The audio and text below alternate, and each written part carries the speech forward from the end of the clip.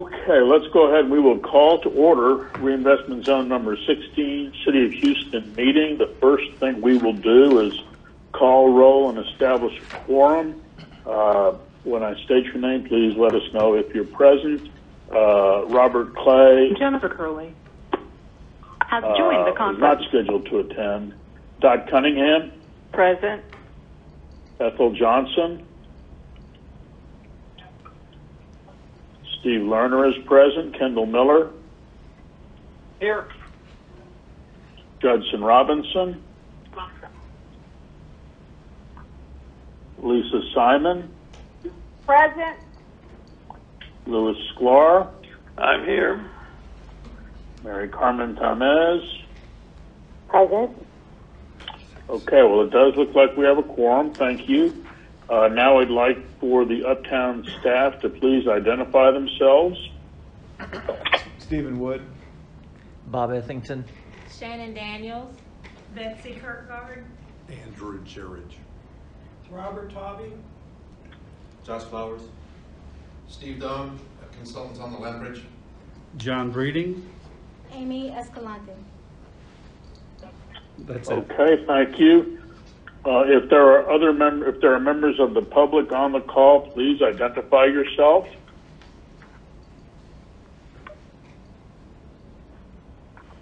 Margaret Lauren Morales with RBC. Okay. This is Jessica Hollaback with, we cannot help ourselves. We've got Margaret Dunlap with Metro and Jessica Hollaback with ABHR. Oh, Right. and Leslie Cook with RBC. Okay. Anybody else? Okay. Do any members of the public wish to make any comments at this time? Mr. Chairman. Okay. We've not been notified anybody wanting to speak. Okay, thank you. The next order of business is to approve the minutes of the September 24, 2020 meeting. Page 1. I'd like to request a motion to approve the minutes. So moved. Second, Lisa Simon.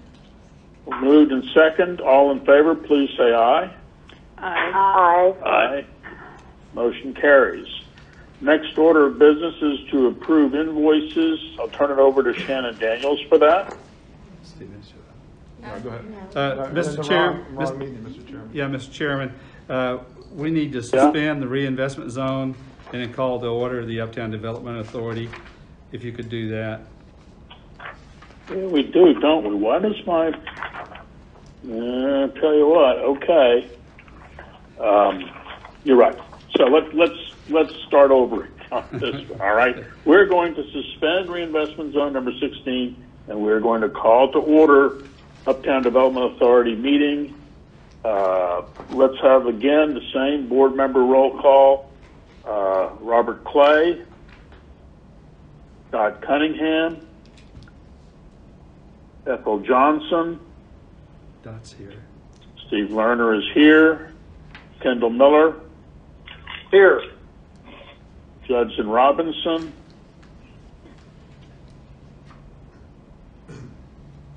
Louis Sklar. Here. Lisa Simon. Here. Judson. Oh. Oh, hi, Judson. Hey, everybody. Glad to have you. Good to be here. Mary Carmen Tamez. Okay. Present. Mr. All Chairman. right, we're going to go. Mr. Chairman, I didn't Yes. hear Dot, and she was on. I did. I'm Okay. sorry you didn't hear All it. right. Yes, I'm present. Okay, thank you. I I apologize. thought I heard her. I didn't. It's my fault. We will. Okay. We will. Well, then it obviously doesn't count. So let's go through the same staff member roll call as before, please. Stephen Wood. Bob Ethington. Shannon Daniels. Betsy Kirkgard. Andrew Jerridge. Robert Tobby. Josh Flowers. Steve Dunn, consultant. John Breeding.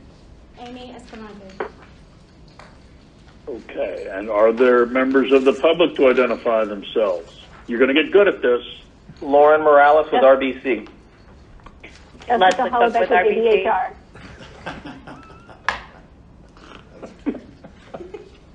Jennifer Crowley, City of Houston. Margaret Dunlap with Metro.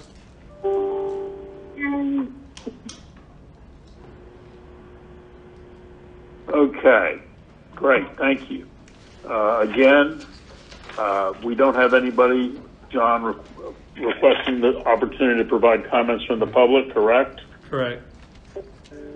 Okay, so since I got ahead of myself, we're going to have to redo approving the minutes. So again, motion please to approve the minutes of the September 24, 2020 meeting.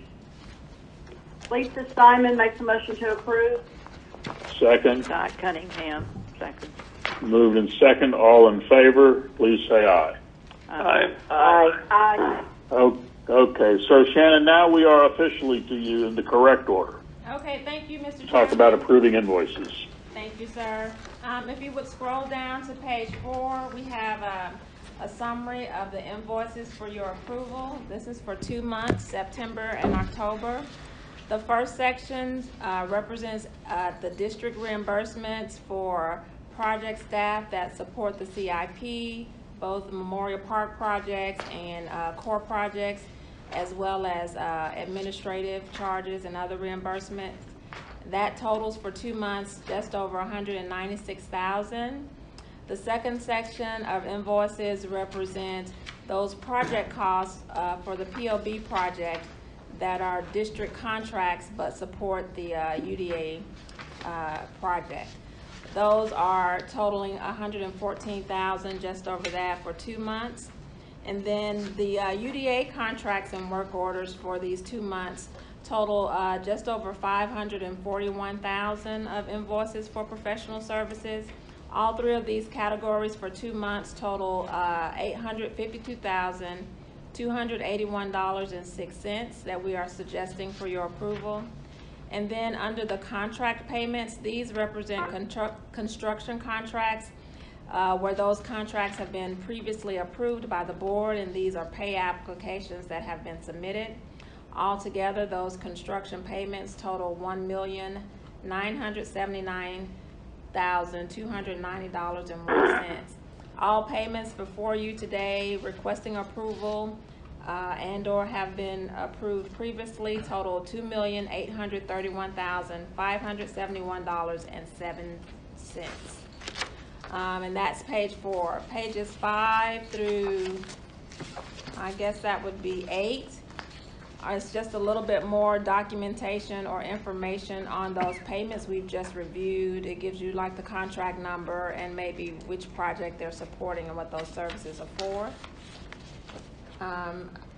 If I may request a motion to approve these invoices for payment, if there are no questions or concerns.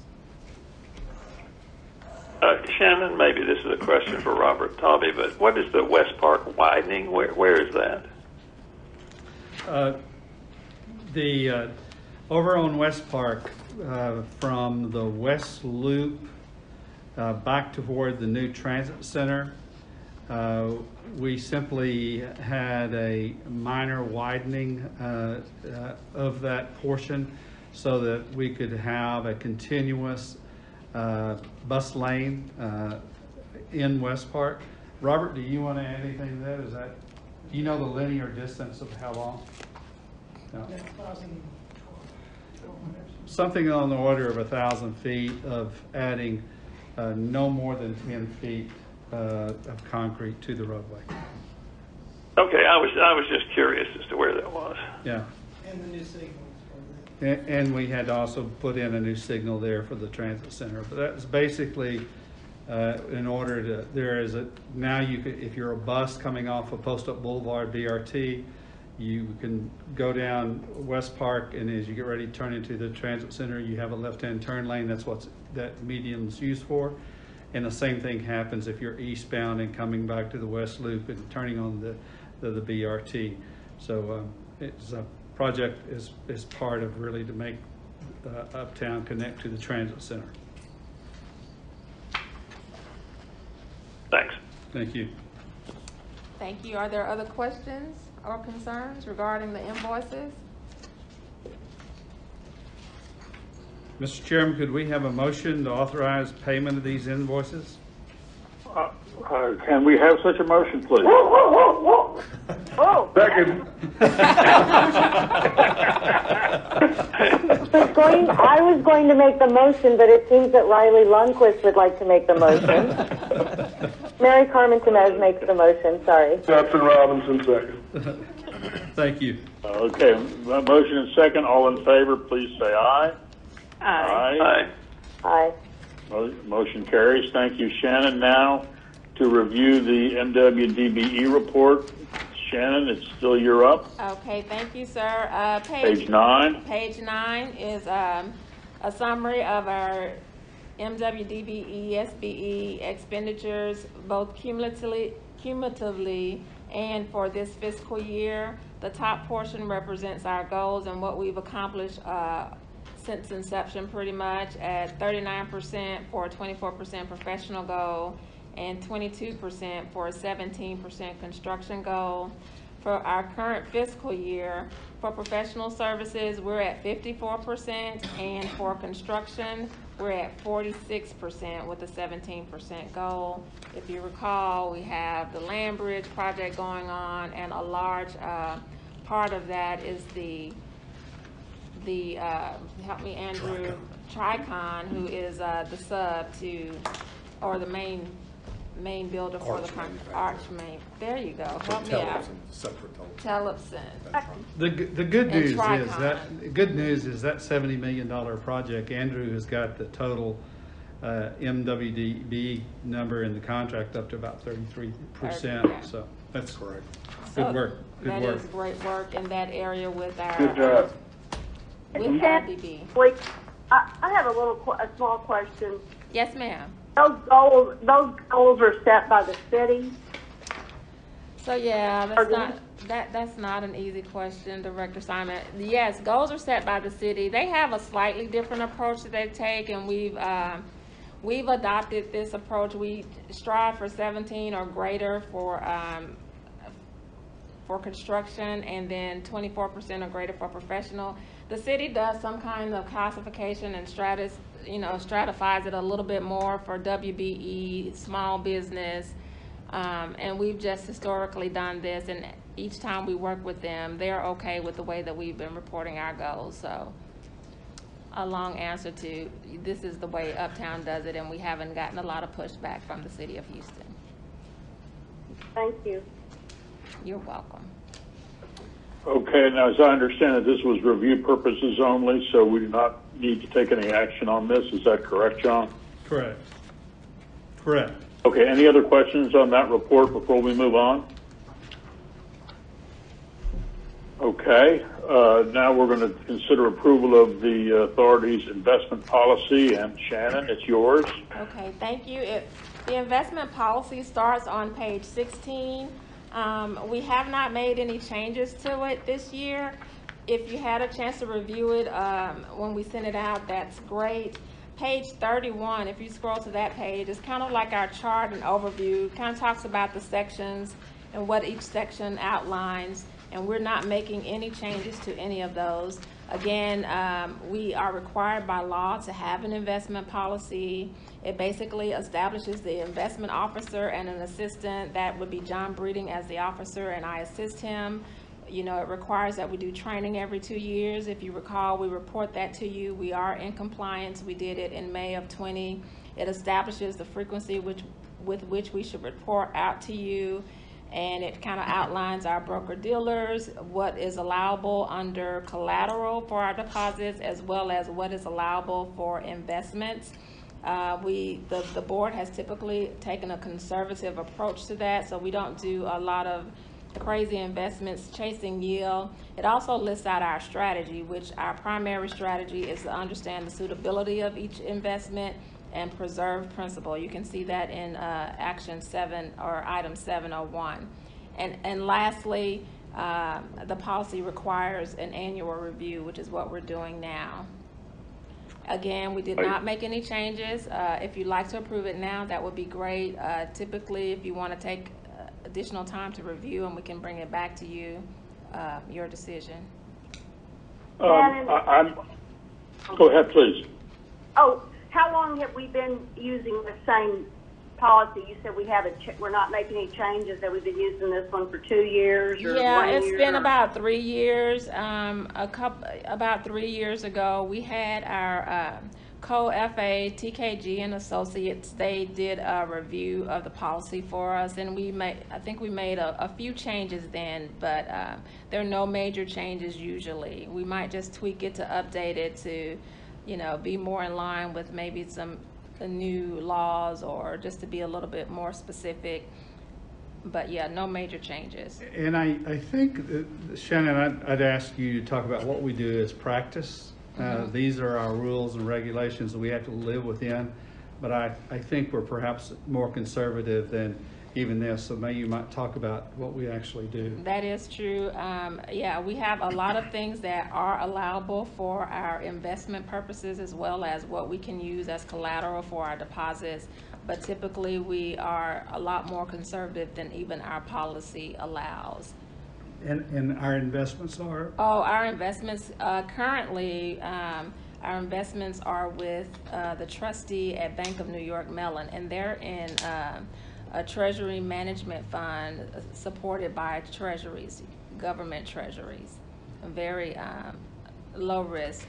And then as we pull money out of our out of those funds and we move them into operations to be spent, we're typically being backed, and it's secured by what? Oh, yes. And as we move those funds to cover checks, so we move them into Capital One, which is our primary depository, into that checking account. And those, anything over $250,000 requires collateral. And our collateral for these deposits are government agencies as well. Fannie Mae, Freddie Mac, those kinds of agencies that back our deposits in the form of collateral. U.S. government agency debt that's backed by the full faith and credit of the U.S. Correct. Yeah. And I think. Okay, I was going to say, from my recollections, we've always been, the policy's conservative, and we've acted even more conservative, which is totally appropriate given what we do. If there are no further questions, I'd like to request a motion to approve the investment policy. This is Mary Carmen Temez makes the motion. I second it. Okay, we've got a motion and a second. All in favor, please say aye. Aye. Aye.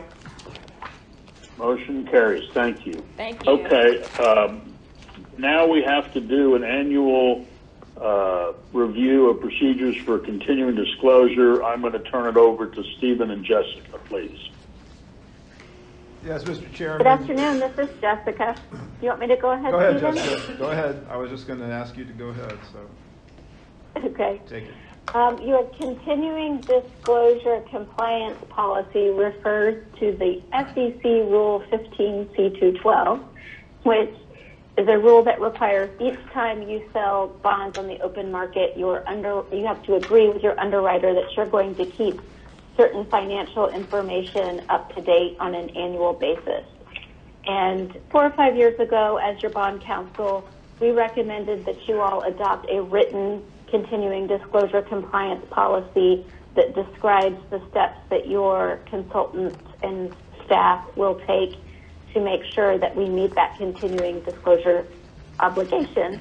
And it also sets forth, we did amend this last year, if you can recall, a description of each of the material events that would require us to make notice outside of that annual report. And that was in connection with an amendment to the rule. There have been no rule amendments since then, and your continuing disclosure process is working well, as we'll discuss more on your next agenda item. So I'm not recommending any changes to this, but your policy does obligate you to review it once a year and listen to me talk about it a little bit. Can I answer any questions about what this policy does? If not, this is just a motion to indicate you've reviewed and you are not making any changes to your policy. Okay, so can we have a motion, please? So moved, Lewis Clark. Make a second to my Simon. Okay, we've got a motion, a second. All in favor, please say aye. Aye. Motion carries. Thank you, Jessica. Okay. The next thing we have to do, Jessica, you want to just keep on going with the next item on the agenda, please?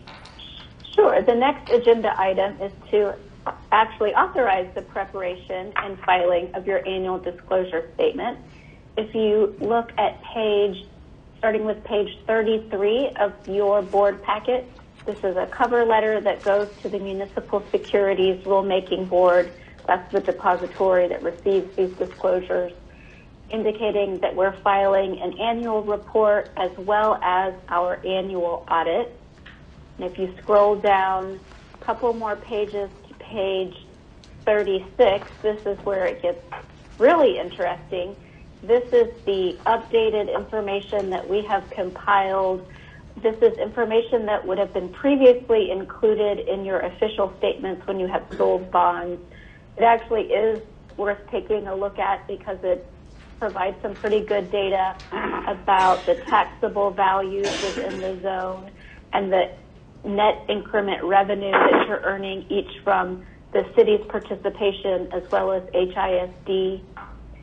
Then it goes on to talk about coverage in terms of your outstanding annual debt, both your infrastructure bonds and your affordable housing bonds. Scrolling down a little further, pages 38 and then 40, we'll skip over 39 for just a second, describe your top taxpayers. Top 10 taxpayers are listed on page 41 by their taxable appraised value. And then the table preceding that is a table that's always in your official statement that gives a history of the zone's base year, that each year's taxable value, the difference between base year and taxable value being your captured appraised value, applies the tax rate, and then shows the total tax collections, the participation rate, and then finally how much increment you have received each year. So, and that's separated both by City of Houston and HISD. So, interesting to look at the history of your zone. Continuing on, there's a description of your outstanding debt service requirements, and then we also include as an attachment, which isn't included in your in this packet, but will be included in the filing, a copy of your fiscal year 2020 operating budget. I know I went through the data portion pretty quickly.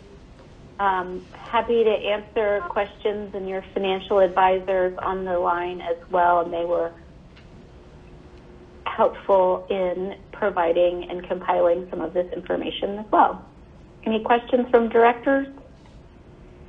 Is there any specific item with all these numbers that we should be paying attention to? Are there any concerns generated by these numbers?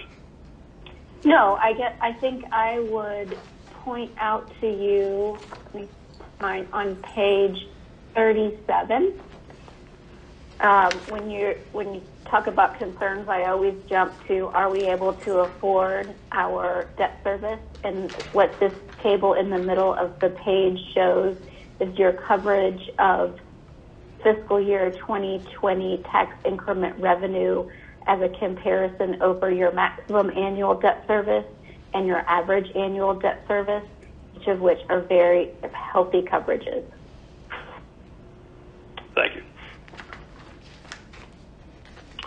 Any other questions for Jessica? We need a motion to approve the report and to authorize the filing of it in accordance with the authority's continuing disclosure as required by the SEC. Can I have a motion, please? Mary Carmen Temez. Thank you, Mary Carmen. Second? Lisa Simon. Thank you, Lisa. All in favor, please say aye. Aye. Aye. Okay. Motion carries. Next item is review proposals and consider selecting financial advisors for the authority. Mr. Chairman, I'd be glad to kick this off. And please. The one thing I need to ask Amy, there is a listing. The board members had a site that they go to and click, and so there was a link sent to you, and hopefully if anybody has any questions about details, you could get into the actual multiple pages that each of the proposals were. To go back just a little bit, there was a commitment to our board of directors that we would do requests for proposals for our banking services, for our audit over time, and that we would also undergo an RFP for banking service, for financial advisory services. We have had basically the same financial advisors since inception, and perhaps by different names, but very frequently by the same people as they move from firms. Shannon ran this process. We were able to send out, if you might turn over to page 44 in your packages, give you just a little bit of the schedule that we went through. It was very short and compact, and we had some very good responses from various firms. But it was our intent to get this done, get the proposals back, review them, and those were reviewed by Mr. Miller and Mr. Lerner earlier, I guess, last week, and for your consideration today. If you might, Steve, are you breaking in, or was that? I was going to ask you to maybe give the board a little background as why this was put together at this timing, because it does relate to something, but we haven't gotten there yet. Yeah, well, I think that it's a note we're going to be discussing here in just a moment is that we are considering a significant new bond sale in support of the City of Houston's affordable housing program, and we'll go into that in more detail, but it was a fulfillment of our commitment to, first of all, to do RFP and get other people's perspectives and refresh and make a clear decision about how we go forward on some future financing that we are going to be asking the board to consider. We got 6 proposals back. RBC, Capital Partner, Tkg and Associates, Masterson Advisors, Post Oak Municipal Advisors, Baird, and PFM. Page 43, you'll see a little summary of that. But if I could get us to go through, I'll ask you to go over to page 44. Page 45, I think that with a bit of discussion at the meeting, there's a recognition that we probably could eliminate 3 of the firms that proposed. Not that they weren't good firms, it's simply we had more detail and I think better response from 3 other firms. So I think very quickly the firms of Post Oak Municipal Advisors, they were dropped because of limited, in fact no TIRZ experience. Same thing for the Robert W. Baird Company, and the PFM was late in their submittal, and we felt that everybody else made it on time, and the recommendation was to go ahead and eliminate them. Page 46, you see the remaining firms was RBC, Tkg and Associates, and Masterson Advisors. And then following on the next 3 pages, a very simple summary that I think summarized the discussion during that meeting. The RBC has served as our current financial advisor. They have extensive knowledge of the Uptown financing. They've been our advisor since creation.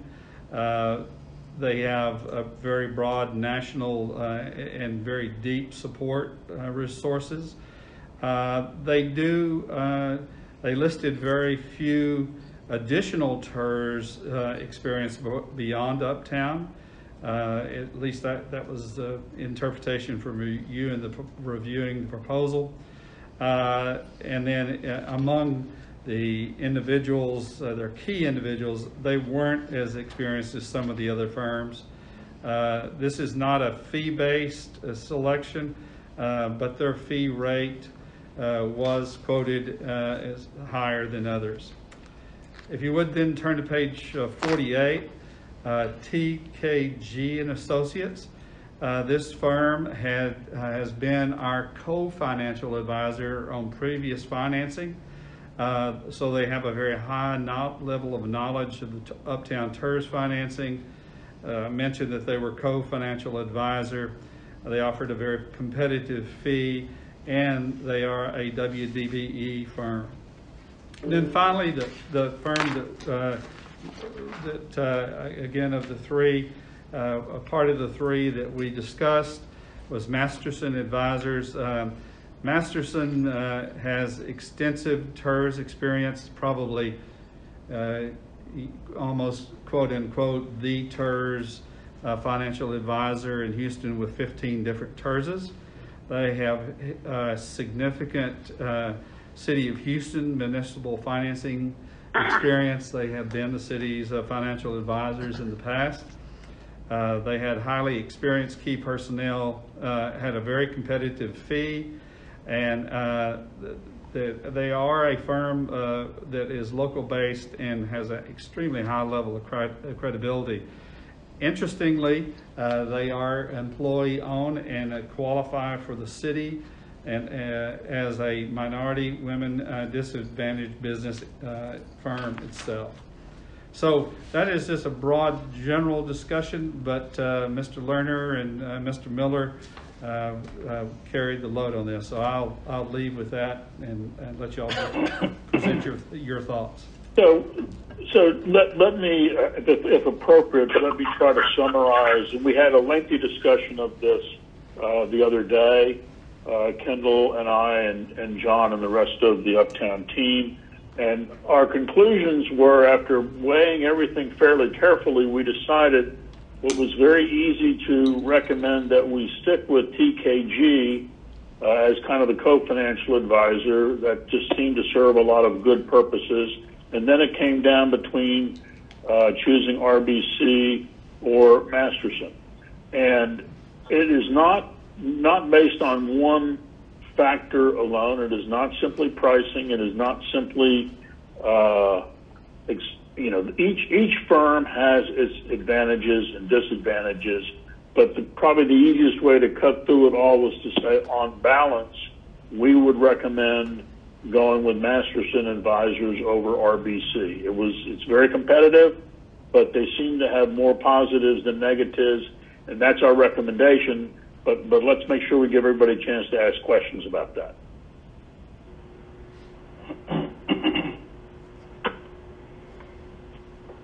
Anybody have any questions, thoughts? Just one question, Steve, and that is, I just asked the board in general, does anyone have any business relation or otherwise with these companies? Yeah, that's a good question. I do not, and Kendall, I don't believe you do either, do you? I do not. Anybody else?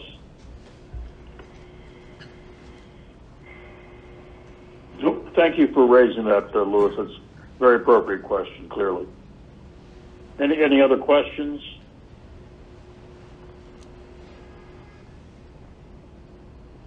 If not, then I would ask someone to please make a motion recommending that we engage Masterson Advisors and bring on as our co-financial advisor Tkg and Associates. Kendall, I make that motion. Thank you. Second? Mary Carmen Temez, I'll second the motion. Okay, moved in second. All in favor, please say aye. Aye. Aye. Aye. Thank you very much. John, you want to take on the next item on the affordable housing bond sale, please? Yes, sir, Mr. Chairman. Just a very brief outline. We're working with the city as we speak to fully understand their program, what they plan to do, and Jessica, as our bond counsel, has been involved and has been visiting with the city of Houston. I met with the mayor 2 weeks ago. The bottom line is currently the Uptown TIRZ is generating, Shannon, just under $15 million a year in affordable housing funds. And of that, about five of the 15 comes from from the Houston Independent School District, and those funds cannot be leveraged because there is a potential that the state legislature could simply close that. There's another 9 years for the city's, the school district's involvement, and so something in order of another $45 million. But we take the remaining funds, have coverage. It appears that we could probably issue something on the order of $100 million, and this would be a huge step that has been discussed over the last probably 10 years of having a more aggressive affordable housing program for the city. We have not fully vetted what that program is, but what I have been able to determine so far is that it's primarily looking at building single family residences. It is not in, building giant silos of affordable housing, but rather finding places in the community where you could build perhaps a below market in terms of cost, and then ultimately the people who would be getting these homes would be able to get a retail home mortgage and even put those monies back into perhaps almost an evergreen bank. We'll clarify all that, but this is just more of a heads up for the board. We hope to be able to move through this fairly quickly. It would be our intent to poll the board members after this meeting and try to get a second week of December board meeting. City Council would approve additional bonding authority that would not only be able to do the affordable housing, but also take care of long-term financing for the Memorial Park project, as well as any remaining projects we have here in Uptown. City Council has to do that.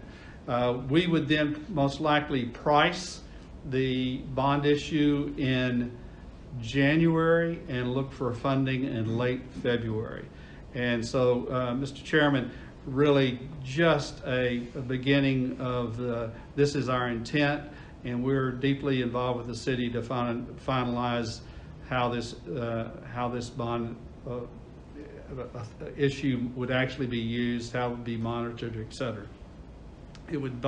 John, Mike, let me just ask a question, which is probably obvious, which is I really hate the notion of putting this.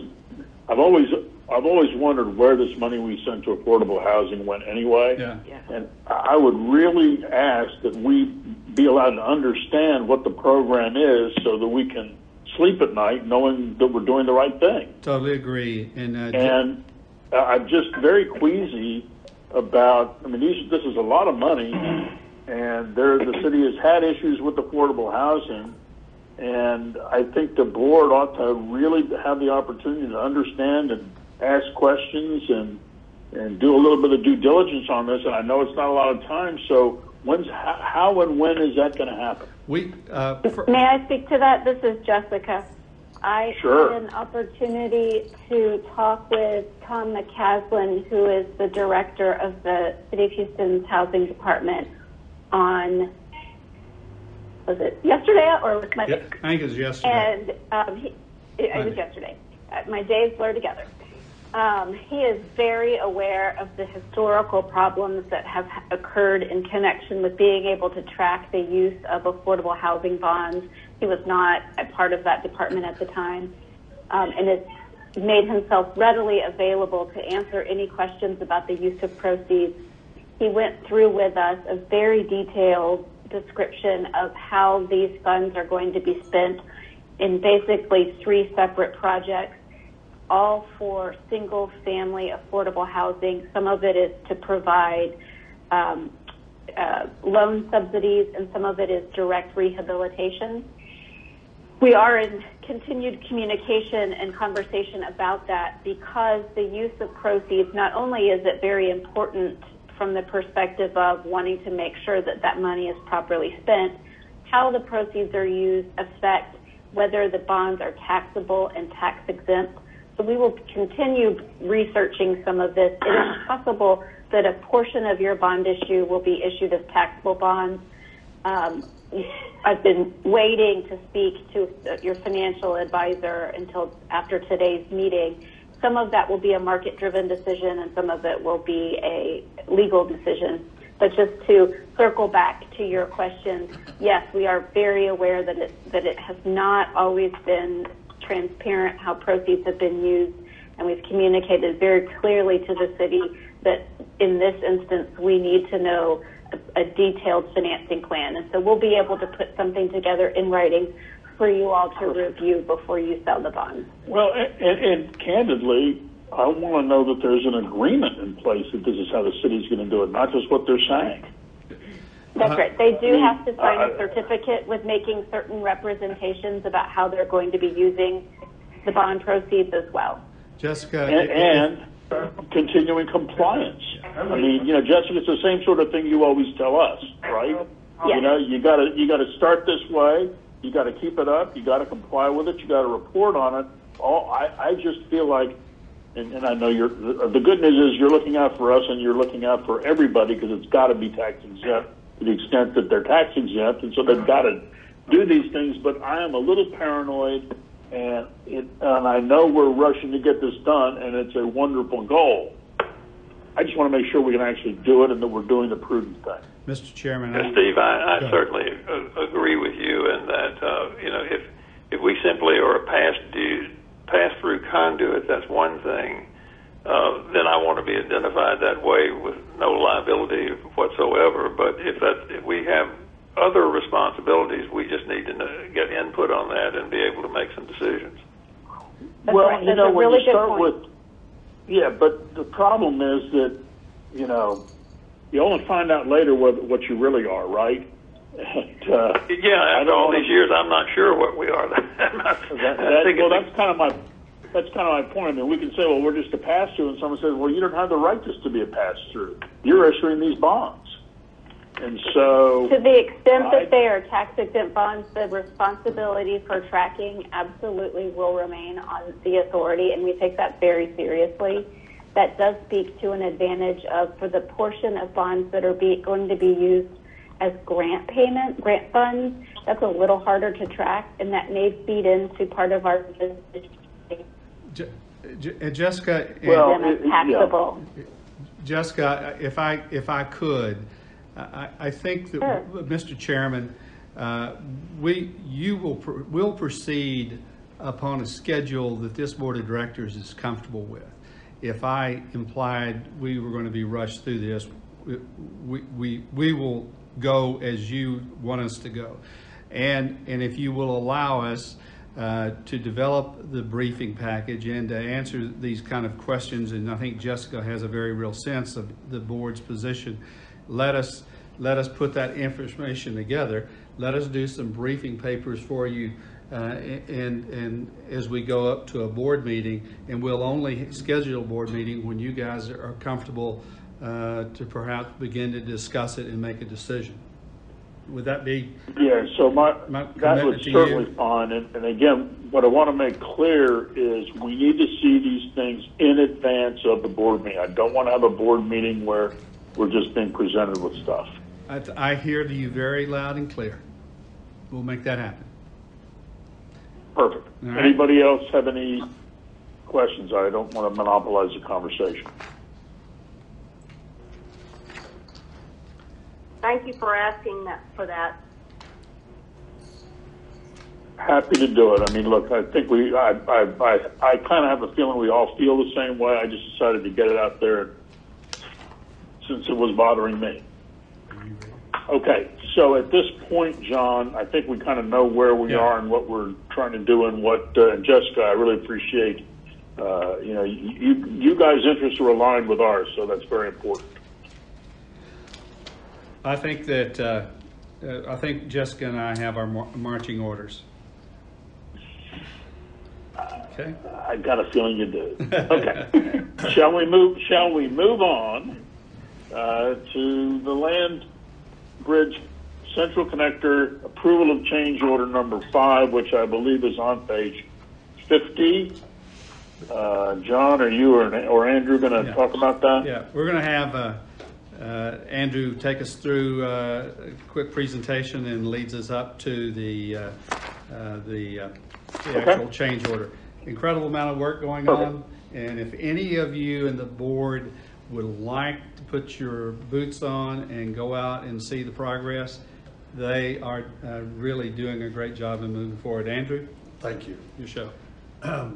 Page 50, this is what we're looking to achieve 22 months from now. So we're anticipating to be about 6 weeks ahead of schedule. Page 51, we should have arches going up in December, and then we should have the entire tunnel structures ready in April, and then the Memorial Drive should be completely rerouted and functional by next September. That means there'll be, so you're saying that beginning within the next 2 to 3 weeks, you'll begin erecting arches that become the tunnel. Correct. That work, the actual tunnels themselves will be done in April, and you'll begin then to backfill and cover them. And we will be driving through these tunnels in September of 2021. That's correct. Anticipated schedule. I'm impressed. And with the that's weather, pretty remarkable. That's impressive. Yeah. With the weather, it's good Lord's been blessing us. On page 50, sure. Page 52, this is a west shot, drone shot. There's your foundations kind of in the foreground, Memorial on the right, Prairie on the left. So when we say east mound, that's the foundations closest to you, and when we say west mound, that's the foundations furthest away from you. Mm-hmm. Moving to page 53, this was a mock-up done by Tricon, the minority contractor, proof of concept at his yard out north around the airport. John, I think everyone was satisfied, liked it. Page 54 is the Tricon yard again. These are finished products ready to go on. We'll start on the east mound. These are half each, and then they'll be connected at the centers. These have the DOT, Department of Transportation, anti-graffiti coating on. I think John liked the colors. We tried to match. Go ahead. Page 55 shows that. We tried to match the concrete color and come up with a lighting scheme that would really accent. So we're very happy with what we're seeing so far. Steve's laughing because he knows I'm colorblind. So just say you like my colors. I thought you just said it's all gray to you. It's no matter what color they put up, it's gray. I'm going to reserve comment. Page 56 is a shot of the construction in the foundation zone. Hot and heavy. We poured about 2,000 cubic yards of concrete in that zone so far. I think the entire project has about 20,000 cubic feet. Cubic yards. I wanted to just say something here to the board. We had a bid from a national firm for doing these arches, and we had a bid also from this minority business enterprise, and the minority business enterprise was 1.8 million less to $2 million less, but there was a lot of question about whether or not they should be accepted, and some people were very uncomfortable with that. Andrew and Steve Dunn and the entire team, as well as Tillotson, the general contractor on this, I think really pushed to vet out and to find out if this firm is capable. What we found out, they were highly capable, and their performance to date has shown that they're highly capable. And they are the ones responsible for foundations as well as casting the arches.